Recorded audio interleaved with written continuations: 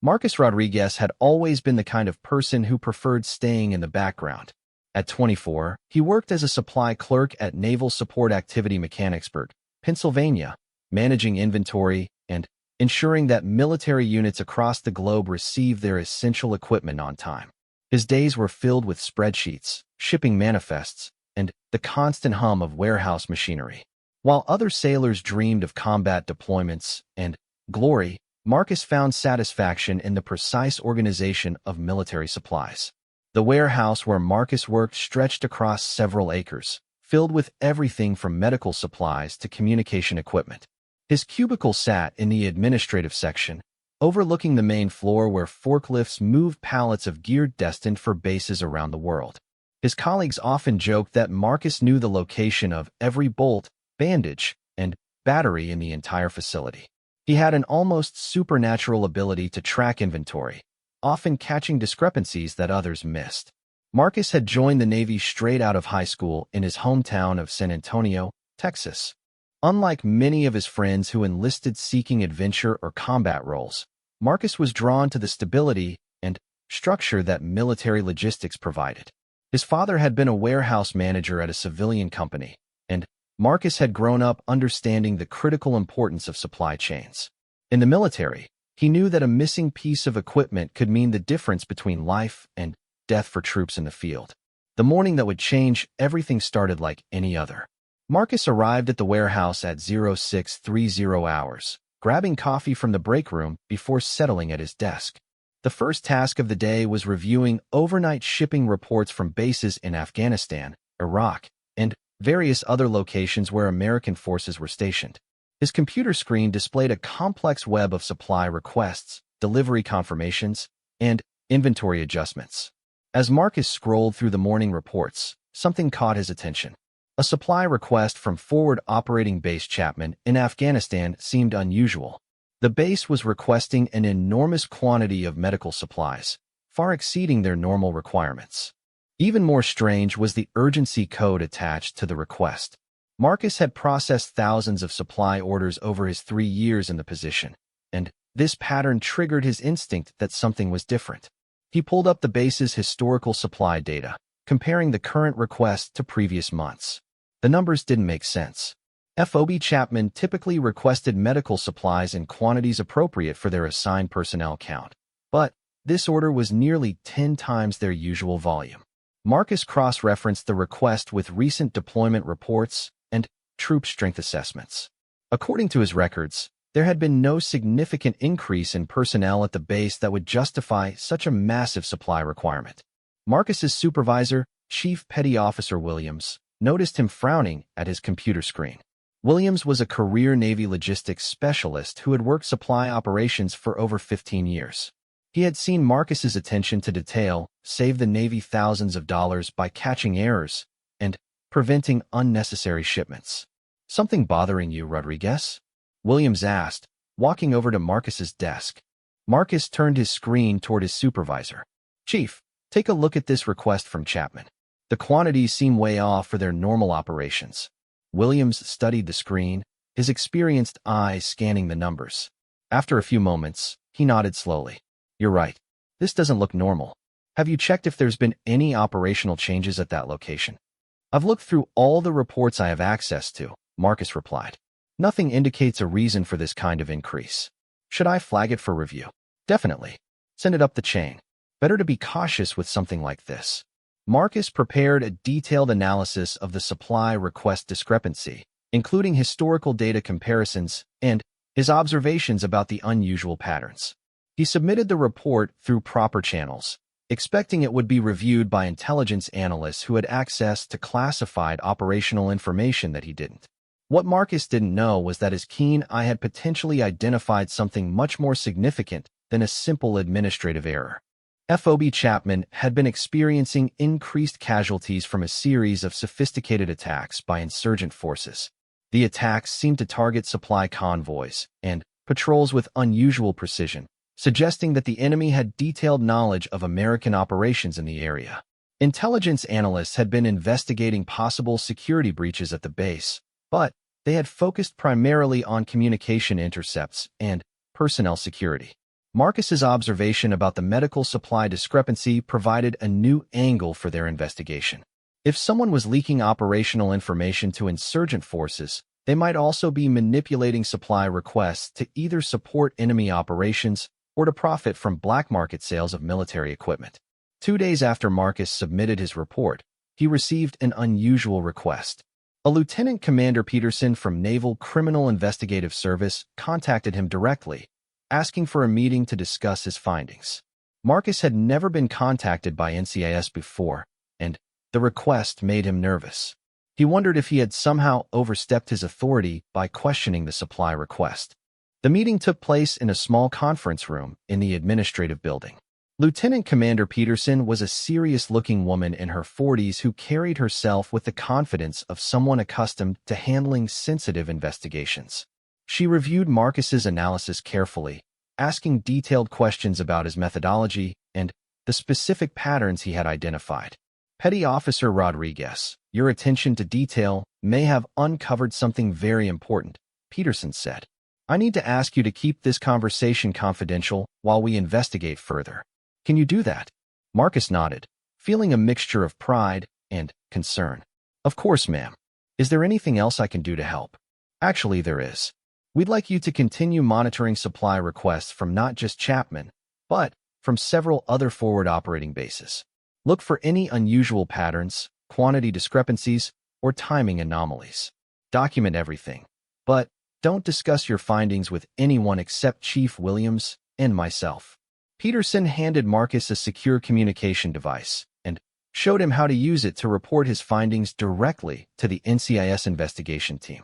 The device looked like a standard military communication unit, but it was configured with encryption protocols that would keep his reports secure. Over the following weeks, Marcus threw himself into the expanded investigation with characteristic thoroughness. He developed sophisticated analytical methods for comparing supply requests across multiple bases, looking for patterns that might indicate security breaches or other irregularities. His work area became covered with charts, graphs, and data printouts as he tracked supply flows across the entire Middle East theater of operations. The analysis revealed troubling patterns. Several forward operating bases were showing supply request anomalies similar to what he had found at Chapman. More concerning was the timing of these requests. Many of the unusual supply orders preceded reports of successful insurgent attacks on American forces. The correlation was too strong to be coincidental. Marcus's investigation led him to discover a sophisticated supply diversion scheme. Someone with access to military supply systems was manipulating orders to redirect equipment and supplies to insurgent forces. The scheme was incredibly complex, involving fake requisitions, altered shipping manifests, and corrupted inventory records. The perpetrators were using their knowledge of military logistics to steal supplies that were then sold to enemy forces or on the black market. As Marcus delved deeper into the investigation, he began to realize the true scope of the operation. This wasn't just about stolen supplies. It was about American service members being killed with equipment that had been diverted from their own supply chains. The medical supply increases at bases like Chapman weren't for legitimate military use. They were being stolen and sold to fund insurgent operations. The weight of this discovery began to affect Marcus in ways he hadn't expected. He had always taken pride in his behind-the-scenes role supporting military operations, but now he was uncovering a conspiracy that was directly contributing to American casualties. The precision of recent insurgent attacks made more sense when viewed through the lens of enemy forces having access to American military equipment and supplies. Working late one evening in the warehouse, Marcus was reviewing shipping manifests when he noticed something that made his blood run cold. A shipment that had been flagged in his investigation was scheduled for delivery to a location that wasn't in any of his official base databases. The shipping address appeared to be a civilian location in Afghanistan, but it was coded in the system as a legitimate military destination. Marcus immediately contacted Lieutenant Commander Peterson using the secure communication device. Even though it was after midnight, she responded within minutes, instructing him to document everything about the suspicious shipment and to avoid discussing it with anyone else. Rodriguez, I need you to understand something. Peterson's voice came through the encrypted channel. what you've uncovered is bigger than supply theft. There are lives at stake, and there may be people in positions of authority who are involved in this operation. Trust no one except the people I've specifically authorized you to work with." The revelation that the conspiracy might involve American personnel in positions of authority shook Marcus to his core. He had always believed in the integrity of the military system, and the idea that fellow service members might be betraying their own forces was almost incomprehensible. As Marcus prepared to leave the warehouse that night, he noticed a black sedan parked across the street that hadn't been there when he arrived. The vehicle had no military markings, and its occupants were not visible in the darkness. A chill ran down his spine as he realized that his investigation might have attracted dangerous attention. Marcus made his way to his car carefully, checking his surroundings for any signs of surveillance. The black sedan remained stationary as he drove away, but he couldn't shake the feeling that his life had suddenly become much more complicated and potentially dangerous than he had ever imagined. The quiet supply clerk who had simply wanted to do his job well was about to discover that sometimes the most important battles are fought not on distant battlefields, but in the shadows of administrative offices and supply warehouses.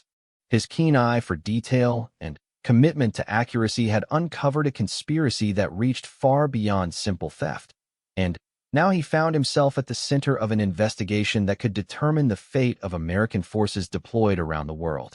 As Marcus drove home through the Pennsylvania countryside, he couldn't know that his careful analysis of supply records had set in motion a series of events that would soon put him face to face with dangers he had never imagined.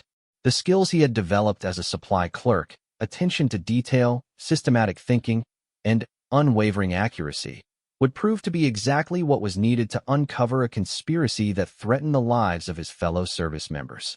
The investigation that had started with a simple discrepancy in medical supply quantities was about to expand into something much larger and more dangerous.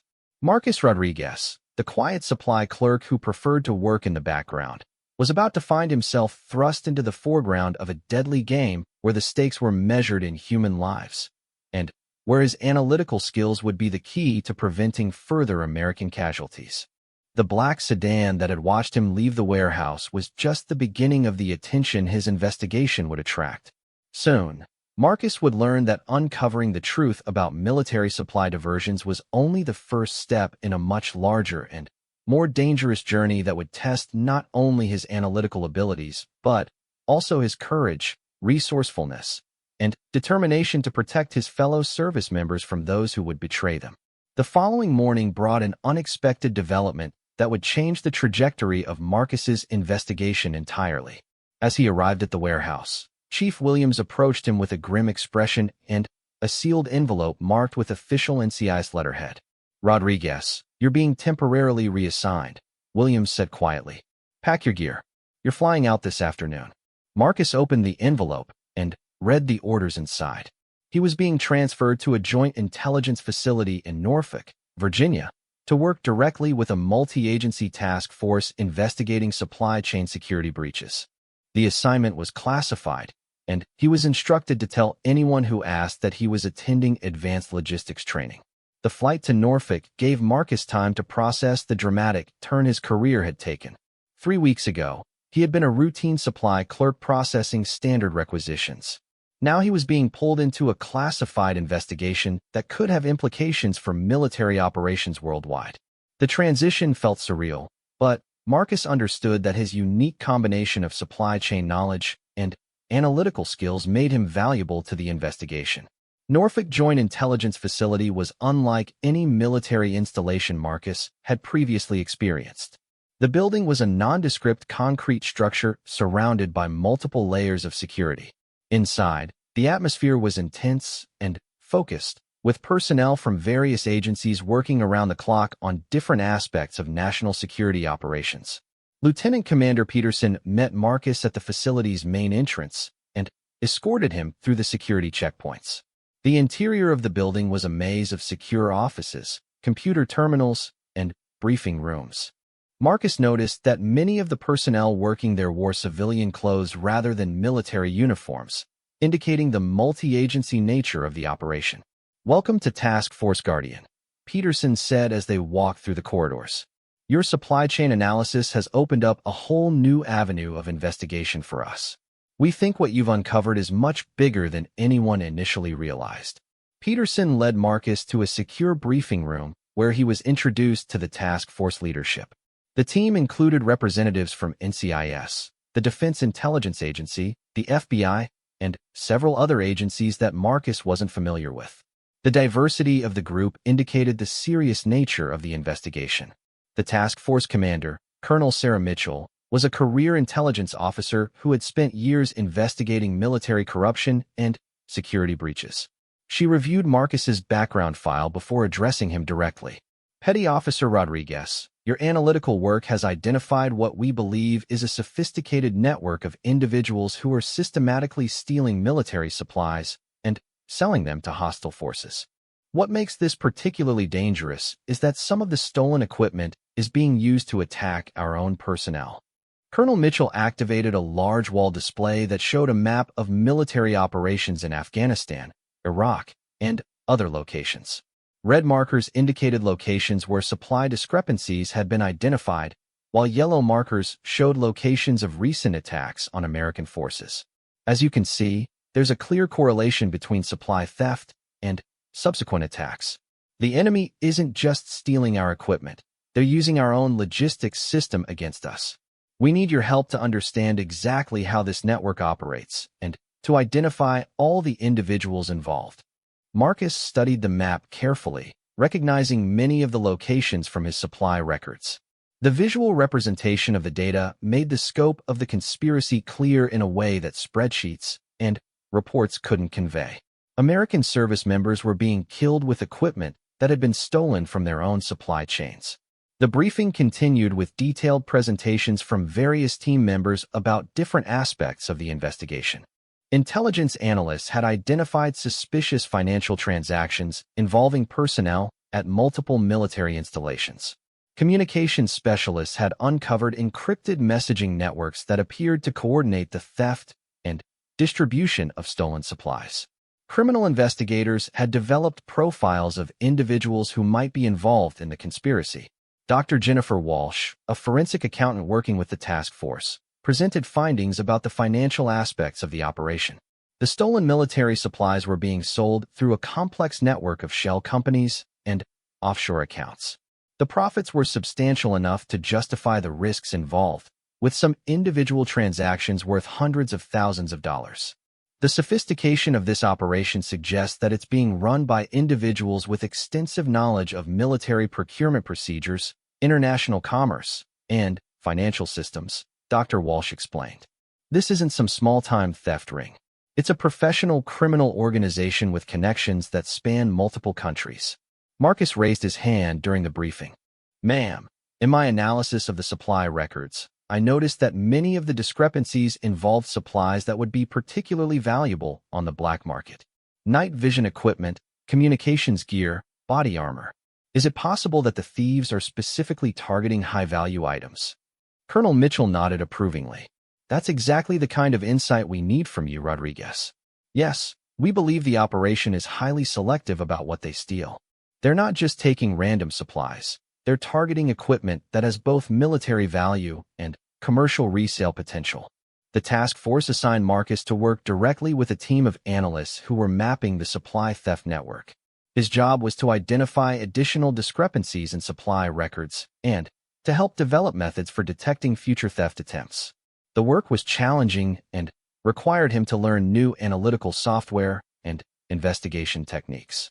Marcus's desk at the Norfolk facility was equipped with multiple computer monitors and access to databases from across the Department of Defense. For the first time in his career, he had access to classified information about military operations, personnel assignments, and strategic planning. The responsibility of handling such sensitive information weighed heavily on him. Working alongside Marcus was Special Agent Diana Chun from the FBI's Financial Crimes Unit. Agent Chun had extensive experience investigating international money laundering and organized crime networks. She helped Marcus understand how the financial aspects of the supply theft operation worked. "The money trail is often more revealing than the physical theft itself," Agent Chun explained. "These criminals have to move large amounts of cash, and that creates vulnerabilities we can exploit. Your supply records help us identify when and where thefts occurred, which allows us to trace the corresponding financial transactions. Together, Marcus and Agent Chun developed a comprehensive timeline of supply thefts and related financial activities. The pattern that emerged was disturbing in its scope and sophistication. The criminal network had been operating for at least 3 years, stealing millions of dollars worth of military equipment and supplies. The investigation took on new urgency when intelligence reports indicated that a major military operation was being planned in Afghanistan. If the supply theft network wasn't neutralized, there was a significant risk that the enemy would have advanced knowledge of American plans and access to equipment that could be used against American forces. Colonel Mitchell called an emergency briefing to discuss the developing situation. We have confirmed intelligence that insurgent forces are planning a series of coordinated attacks on American bases and convoys. The timing and sophistication of these planned attacks suggest they have access to classified operational information and significant quantities of American military equipment. The briefing included satellite imagery showing insurgent positions near major American installations. Intelligence analysts had identified weapons caches that appeared to contain American-made equipment, confirming that stolen supplies were reaching enemy forces.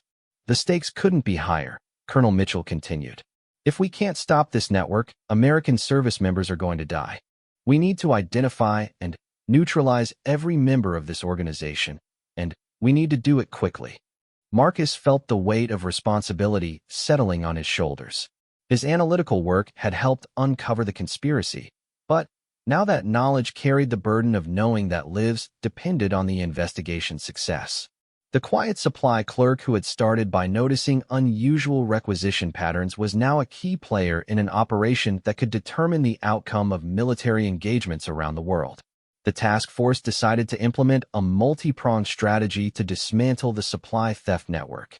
Intelligence teams would work to identify and locate key members of the organization. Financial investigators would work to freeze accounts and seize assets connected to the conspiracy. Meanwhile, Marcus and his analytical team would continue monitoring supply chains to prevent additional thefts and to gather evidence about the network's operations. As Marcus worked late into the evening analyzing supply records, Agent Chen approached his desk with a concerned expression. "Rodriguez, we've intercepted communications that suggest the criminal network knows they're being investigated. They're planning to accelerate their operations and then disappear. We may only have a few days to gather the evidence we need to stop them." The revelation that the investigation had been compromised added a new level of urgency to Marcus's work. He began analyzing supply records around the clock, looking for any patterns that might reveal the location of key network members or upcoming theft operations. Marcus's analysis revealed that several major supply shipments were scheduled to leave American bases over the next week. Based on the patterns he had identified, several of these shipments were likely targets for the theft network. If the task force could monitor these shipments and catch the thieves in the act, they might be able to capture key members of the organization. Colonel Mitchell approved a plan to place surveillance teams at locations where supply thefts were likely to occur. However, the operation would require coordination with military commanders at the target locations, which risked alerting corrupt personnel who might be part of the network. "We're going to have to trust some people and hope we've chosen correctly," Colonel Mitchell said during the planning meeting. "If there are corrupt personnel at the locations we're monitoring, our surveillance teams could be walking into a trap." The complexity of the situation was overwhelming. The task force was trying to identify and neutralize a criminal network while operating in an environment where they couldn't be certain who could be trusted. Marcus's supply chain analysis had provided crucial intelligence, but translating that knowledge into successful operations would require careful planning and considerable risk. As the investigation entered its most critical phase, Marcus began to understand that his role was evolving from analyst to operational participant. The quiet supply clerk who had noticed unusual requisition patterns was about to become directly involved in efforts to stop a conspiracy that threatened American forces around the world. The stakes had never been higher, and the margin for error had never been smaller. Marcus Rodriguez was about to discover that sometimes the most important battles are fought not just with weapons and tactics, but with spreadsheets, financial records, and the keen analytical mind of a supply clerk who refused to let suspicious patterns go unnoticed. The investigation that had started in a Pennsylvania warehouse was now a race against time to prevent American military equipment from being used to kill American service members. Marcus's attention to detail and systematic approach to supply chain management had become weapons in a much larger war against those who would betray the very forces they were supposed to support. The surveillance operation began 3 days later with Marcus finding himself in an unexpected position. Rather than remaining safely in Norfolk analyzing data, he was assigned to accompany a joint task force team to Afghanistan to provide real-time analytical support during the operation to capture members of the supply theft network. The flight to Bagram Airfield took nearly 18 hours with stops for refueling. Marcus had never been deployed to a combat zone before, and the experience was both terrifying and exhilarating. As their military transport aircraft descended through the mountainous terrain surrounding Bagram, he could see the sprawling military installation that served as the hub for American operations in Afghanistan. Upon arrival, Marcus was briefed by Lieutenant Colonel James Harrison, the officer in charge of base security operations. Harrison was a career infantry officer who had served multiple combat deployments and had a reputation for aggressive tactics against insurgent forces. Rodriguez, your analysis indicates that our base has been targeted by this theft network at least 6 times over the past year, Harrison said, reviewing the intelligence reports. We're going to use an upcoming supply convoy as bait to draw them out, and we need you here to help identify any insider threats among our own personnel. The plan was complex and dangerous. A high-value supply convoy would be prepared with equipment that the theft network typically targeted. Intelligence teams would monitor communications for signs that information about the convoy was being leaked to insurgent forces. Meanwhile, Marcus would analyze real-time supply data to identify any suspicious activity that might indicate insider involvement. Marcus was assigned quarters in the base's intelligence compound, a heavily fortified area that housed various analytical and surveillance operations. His temporary office was equipped with secure communications equipment that allowed him to maintain contact with the task force team in Norfolk while providing support for the local operation. The base itself was unlike anything Marcus had experienced. Constant helicopter traffic filled the air, and the distant sound of artillery and aircraft operations provided a continuous reminder that this was an active combat zone. Personnel moved with the alert efficiency of people accustomed to operating under the threat of attack. Marcus spent his first day at Bagram studying the base's supply operations and personnel records. Working with base security personnel, he developed profiles of individuals who had access to convoy schedules and supply manifests. The list included dozens of military and civilian personnel, any of whom could potentially be providing information to the theft network. Staff Sergeant Maria Santos, the base's chief supply coordinator, worked closely with Marcus to understand the normal flow of supplies and identify any unusual patterns. Santos was a career logistics specialist who had noticed some of the same discrepancies that Marcus had identified in his original analysis. I've been wondering about some of these requisitions for months, Santos told Marcus as they reviewed recent supply records.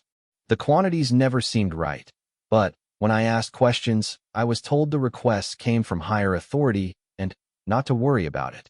Marcus documented Santos's observations and compared them to his broader analysis of supply theft patterns. The correlation was clear. Bagram had been systematically targeted by the network, and someone with inside access was facilitating the thefts. The bait convoy was scheduled to depart Bagram in 2 days, carrying a shipment of night vision equipment, communications gear, and medical supplies to forward operating base Chapman. Intelligence teams had deliberately leaked information about the convoy through channels that were suspected of being compromised, hoping to trigger a theft attempt that could be monitored and intercepted. Marcus worked around the clock to monitor communications and supply data for any signs that information about the convoy was being passed to unauthorized recipients. His analysis software flagged several suspicious data access patterns, including queries about convoy routes and timing from personnel who had no operational need for such information. Agent Chun arrived at Bagram on the second day of the operation, bringing additional analytical support and financial investigation capabilities.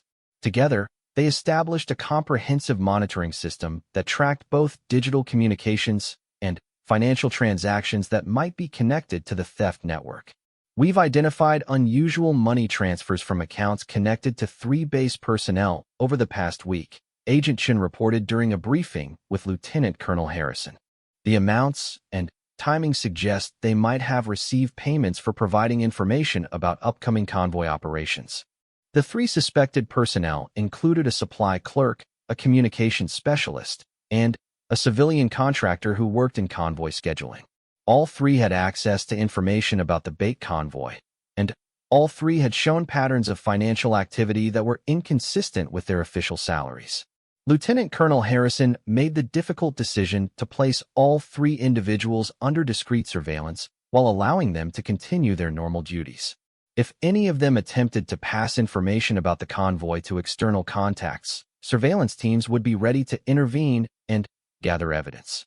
Marcus found himself working directly with special operations personnel who would be responsible for intercepting any theft attempt. The team was led by Master Chief Petty Officer David Kane, a Navy SEAL with extensive experience in counterinsurgency operations. Kane was initially skeptical about working with a supply clerk, but he quickly recognized the value of Marcus's analytical abilities. "Rodriguez, your data analysis has given us the best intelligence we've had about this network," Kane said during a planning meeting. "But when we go operational, things get dangerous fast. You sure you're ready for this?" Marcus wasn't sure he was ready for anything that was happening, but he knew that his analytical skills were crucial to the operation's success. "Master Chief, I understand the risks. But if we don't stop this network, more people are going to die. I'll do whatever it takes." The convoy operation began before dawn on the scheduled departure day. Marcus was positioned in the base's Tactical Operations Center, monitoring communications and data systems for any signs of compromise. Around him, military personnel coordinated multiple aspects of the operation, from air support to ground surveillance teams. As the convoy prepared to depart, Marcus's monitoring systems detected a surge of communications activity from one of the suspected insider personnel. The communications specialist, Staff Sergeant Robert Mills, had accessed convoy route information and had made several phone calls to numbers that weren't in his official contact list. "We've got activity from Mills," Marcus reported to the operations center. "He accessed detailed route information 15 minutes ago and has made 3 calls to unregistered numbers."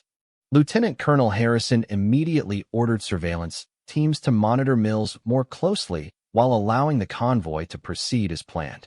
If Mills was passing information to the theft network, they wanted to gather evidence of the communication while also being prepared to protect the convoy if it came under attack. The convoy departed Bagram on schedule, following a route that would take it through several areas where previous theft attempts had occurred. Surveillance aircraft monitored the convoy's progress, while special operations teams positioned themselves at locations where an ambush was most likely to occur. Marcus tracked the convoy's progress through GPS monitoring while simultaneously analyzing communications intercepts for any signs that insurgent forces were preparing to attack. The tension in the operations center was palpable as personnel waited to see if the theft network would take the bait. 2 hours after the convoy's departure, surveillance teams reported suspicious vehicle movement in an area about 30 kilometers from Bagram. Several pickup trucks and motorcycles were observed taking positions near the convoy route, and communications intercepts suggested they were waiting for the American vehicles to arrive. "This is it," Master Chief Kane reported over the radio. "We've got insurgents in position for an ambush. All teams, prepare to execute." Marcus watched the tactical display as special operations teams moved to intercept the insurgent forces before they could attack the convoy. The operation required precise timing and coordination to capture the attackers while gathering evidence about their connections to the theft network. The ambush site was in a valley surrounded by rocky hills that provided concealment for both the insurgents and the special operations teams. Marcus could hear radio communications from the teams as they maneuvered into position, their professional calm contrasting with the intensity of the situation. Contact came the report from one of the surveillance teams. Multiple insurgents moving toward the convoy route. They appeared to be carrying American-made weapons and equipment. The battle that followed was brief, but intense. Special operations teams engaged the insurgent forces from multiple directions, preventing them from escaping while minimizing the risk to the convoy personnel. Marcus listened to the radio reports with a mixture of fascination and horror as he realized he was experiencing his first taste of actual combat. Within 20 minutes, the engagement was over. The insurgent forces had been neutralized or captured, and the convoy had safely passed through the ambush site. More importantly, the captured insurgents were carrying equipment that had been stolen from American supply shipments, providing direct evidence of the theft network's operations.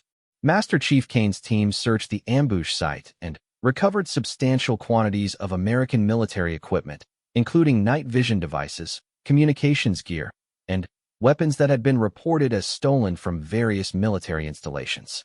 The serial numbers on the equipment would provide crucial evidence linking the thefts to specific bases and time periods. Rodriguez, your analysis was spot on, Kane reported over the radio. These guys had enough American equipment to outfit a small army. We've got serial numbers, model information, and enough evidence to trace this stuff back to its sources. The captured insurgents were transported to Bagram for interrogation, while the recovered equipment was cataloged and analyzed for intelligence value. Marcus worked with forensic specialists to trace the serial numbers and determine exactly when and where each piece of equipment had been stolen. The evidence was overwhelming. The recovered equipment came from at least 8 different military installations across 3 countries, spanning a time period of nearly 2 years.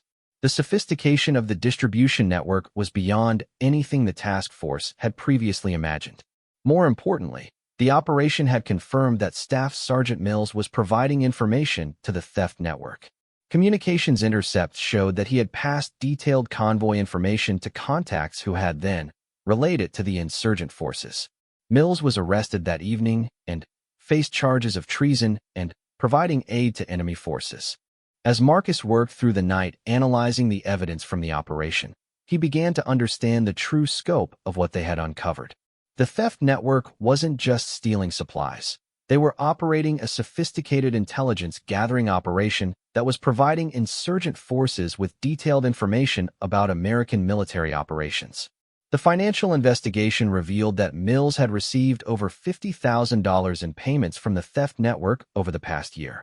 Bank records showed that similar payments had been made to personnel at other military installations, indicating that the network had corrupted individuals throughout the military supply system. Agent Chin's analysis of the financial data revealed connections to criminal organizations in multiple countries. The stolen military equipment was being sold through international arms dealers who had customers ranging from terrorist organizations to drug cartels. The profits were enormous, providing strong motivation for continued operations. "This is bigger than we thought," Colonel Mitchell said during a secure video conference with the task force in Norfolk. "We're not just dealing with supply theft. We're dealing with a major intelligence compromise that's getting our people killed." The successful operation at Bagram was just the beginning. The evidence gathered during the ambush provided leads to dozens of other individuals who might be involved in the network. The task force would need to coordinate operations across multiple countries to fully dismantle the organization. Marcus found himself at the center of an expanding investigation that would require months of additional work. His analytical skills had been crucial to the success of the Bagram operation, but now he faced the challenge of helping to track down a criminal network that spanned continents. The quiet supply clerk from Pennsylvania had become a key figure in one of the most significant military security investigations in recent history. His attention to detail and systematic approach to analysis had not only uncovered the conspiracy but had also provided the intelligence needed to begin dismantling it. But Marcus was about to discover that success in one operation would only make him a more valuable target for the criminal network he was helping to destroy. The theft organization had significant resources and international connections, and they would not allow their profitable operations to be disrupted without a fight. The ambush at Bagram had been a victory for the task force, but it had also announced to the criminal network that their operations were no longer secret. Marcus Rodriguez was about to learn that sometimes winning the first battle only ensures that the real war is just beginning. The success of the Bagram operation had immediate and dangerous consequences that Marcus couldn't have anticipated. Within 48 hours of Staff Sergeant Mills's arrest, intelligence intercepts revealed that the theft network was planning to eliminate key witnesses and investigators who threatened their operations. Marcus Rodriguez's name appeared prominently on their target list. Colonel Mitchell made the decision to relocate Marcus and other key personnel to a secure facility while the investigation expanded to identify and neutralize remaining network members. The safe house was a nondescript compound outside Norfolk that provided both security and the technical capabilities needed to continue the analytical work. Master Chief Kane was assigned to lead the security detail protecting the investigation team. His experience with high-risk operations made him the ideal choice for defending against a sophisticated criminal organization that had demonstrated both international reach and willingness to use violence. Rodriguez, these people have killed American service members to protect their profits, Kane explained during a security briefing. They won't hesitate to eliminate you if they think it will protect their operation. From now on, you don't go anywhere without an armed escort. The protection detail felt surreal to Marcus. A week ago, he had been a routine supply clerk processing requisitions in a Pennsylvania warehouse. Now he was under armed guard because his analytical work had threatened a multi-million-dollar criminal enterprise with connections to terrorist organizations. Despite the security concerns, the investigation continued to expand. Agent Chin's financial analysis had identified bank accounts and shell companies in 6 different countries that were connected to the theft network. International law enforcement agencies were coordinating efforts to freeze assets and arrest suspects, but the complexity of the operation meant that progress was slow. Marcus worked with a team of analysts to process the intelligence gathered from the Bagram operation and the interrogation of captured personnel. The evidence revealed a network structure that was far more sophisticated than anyone had initially realized. The organization operated like a professional intelligence service, with compartmentalized cells and multiple layers of security. The leader of the network was identified as Viktor Petrov, a former Soviet military officer who had become involved in international arms trafficking after the fall of the Soviet Union. Petrov had recruited corrupt American military personnel over a period of several years, building a network that could access classified information and steal high-value military equipment. Intelligence reports indicated that Petrov was personally directing efforts to eliminate the American investigation team. Communications intercepts revealed that he had contracted with professional assassins and was planning multiple attacks on task force personnel and their families. "We're not just investigating this network anymore," Colonel Mitchell announced during a team meeting. "We're at war with them. They've made it clear that they intend to kill anyone who threatens their operation, and we have to respond accordingly." The task force was reorganized as a joint military and law enforcement operation with authority to conduct active counterterrorism missions. Marcus found himself working directly with special operations personnel who were planning missions to capture or eliminate key network members. The transformation from analytical support to active operations was challenging for Marcus. He had joined the Navy to work in logistics, not to participate in combat missions. However, his unique knowledge of the network's supply operations made him invaluable for planning raids on suspected theft locations. Working with Master Chief Kane's team, Marcus analyzed intelligence about a warehouse facility in Eastern Europe that appeared to be a major distribution point for stolen American military equipment. Satellite imagery showed large quantities of equipment that matched items reported stolen from American bases. The serial numbers and timing data suggest that this facility processes stolen equipment before it's distributed to buyers, Marcus explained to the planning team. "If we can capture the facility intact, we should be able to gather intelligence about the entire distribution network." The mission to raid the Eastern European facility required coordination with multiple international agencies and special operations units. Marcus would accompany the team to provide real-time analysis of any documents or computer systems that were recovered during the operation. The flight to the staging area took Marcus further from home than he had ever been. The team assembled at a NATO military base where American, British, and local law enforcement personnel coordinated the final preparations for the raid. Marcus was issued body armor and communications equipment for the operation, though he would remain with the command element rather than participating directly in the assault. The weight of the protective gear reminded him constantly that he was no longer just an analyst, but an active participant in a dangerous mission. The raid began before dawn, with simultaneous strikes on multiple buildings within the warehouse complex. Special operations teams breached the main facilities while surveillance personnel monitored for escape attempts or the destruction of evidence. Marcus monitored the operation from the command vehicle, listening to radio communications from the assault teams as they systematically cleared each building. The facility was larger than satellite imagery had suggested, with underground storage areas and sophisticated security systems. "Command, this is Alpha Team," came the report from Master Chief Kane. "We've got a massive storage facility down here. Hundreds of pallets of American military equipment." Rodriguez was right about this place being a major distribution hub. The warehouse contained an incredible array of stolen military equipment, from individual soldier gear to heavy weapons systems that would have required significant resources to transport and store. Marcus worked with forensic teams to catalog and analyze the recovered items, looking for patterns that might reveal other network facilities. More importantly, the raid captured detailed records of the network's operations. Computer systems contained customer lists, financial records, and communication logs that provided a comprehensive view of the organization's structure and operations. Marcus spent hours analyzing the data, identifying connections that led to additional suspects and facilities. The intelligence gathered from the warehouse raid led to a coordinated international law enforcement operation that targeted network facilities in 4 countries simultaneously. Within a week, dozens of suspects were arrested and millions of dollars in assets were seized.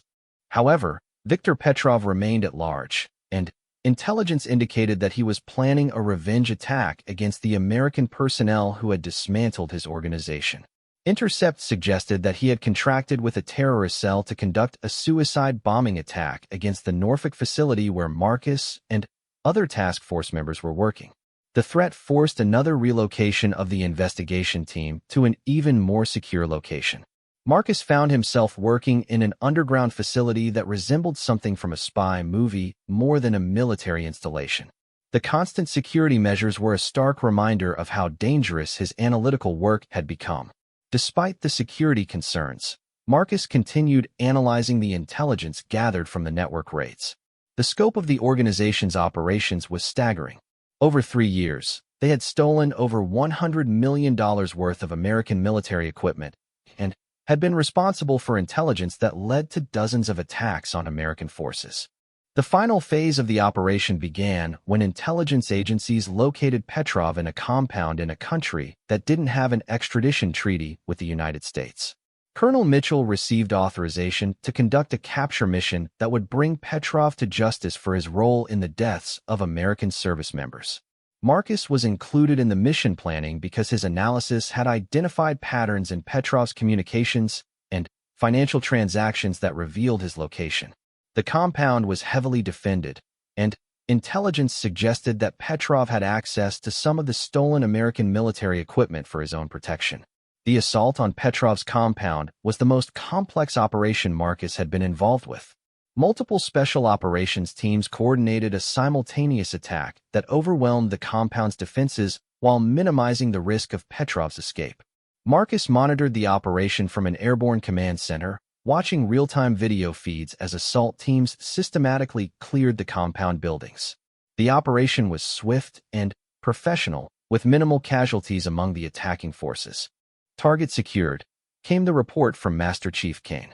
"We've got Petrov alive, and we've recovered significant intelligence about his remaining operations." The capture of Viktor Petrov effectively ended the major threat from the supply theft network.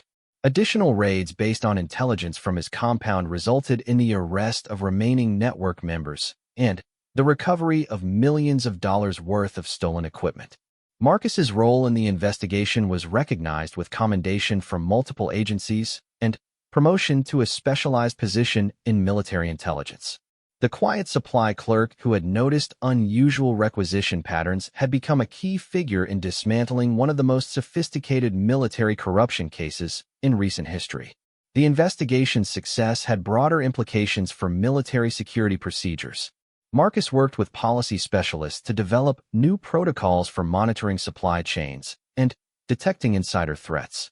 His analytical methods became standard procedures for military logistics operations worldwide. 6 months after the investigation began, Marcus found himself testifying before a congressional committee about the security vulnerabilities that had allowed the theft network to operate. His detailed analysis and clear explanations helped lawmakers understand the complexity of modern military logistics and the importance of comprehensive security measures. The experience had fundamentally changed Marcus's perspective on military service and his role within the broader defense community. He had learned that sometimes the most important contributions to national security come not from dramatic combat operations, but from careful attention to details and systematic analysis of patterns that others might overlook. Marcus was offered positions with various intelligence agencies and private security companies, but he chose to remain in the Navy, working with a specialized unit that investigated supply chain security issues. His experience had shown him that there would always be individuals and organizations seeking to exploit military systems for profit or to harm American forces. The skills that had made Marcus an effective supply clerk, attention to detail, systematic thinking, and unwavering accuracy, had proven to be exactly what was needed to protect American military personnel from those who would betray them. His journey from routine administrative work to classified operations had demonstrated that heroism in the modern military could take many forms. Looking back on the investigation, Marcus understood that his initial observation about unusual supply quantities had been the beginning of much more than just a case of theft. It had been the start of an operation that saved countless American lives by preventing stolen equipment from reaching enemy forces and by eliminating a network that had been providing intelligence to insurgent organizations. The quiet supply clerk who had preferred to work in the background had discovered that sometimes the most important battles are fought in warehouses and computer terminals rather than on traditional battlefields. His analytical mind and commitment to accuracy had become weapons in the ongoing war to protect American forces from those who would exploit the very systems designed to support them. Marcus Rodriguez had proven that in the complex world of modern warfare, there are many ways to serve with distinction, and that sometimes the most crucial contributions come from unexpected sources. His story became a reminder that vigilance and attention to detail, whether in a supply warehouse or on a battlefield, remain essential virtues for those who protect and serve their nation. The investigation that had begun with a simple discrepancy in medical supply quantities had grown into an operation that spanned multiple countries and involved dozens of agencies. Marcus's role in its success had transformed him from a routine administrative clerk into a respected intelligence analyst whose work would continue to protect American forces for years to come. The supply clerk who had questioned unusual requisitions had become the Navy SEAL team's most valuable intelligence asset, proving that in modern warfare, the pen truly can be mightier than the sword when wielded by someone with the courage to ask the right questions and the determination to find the answers that matter.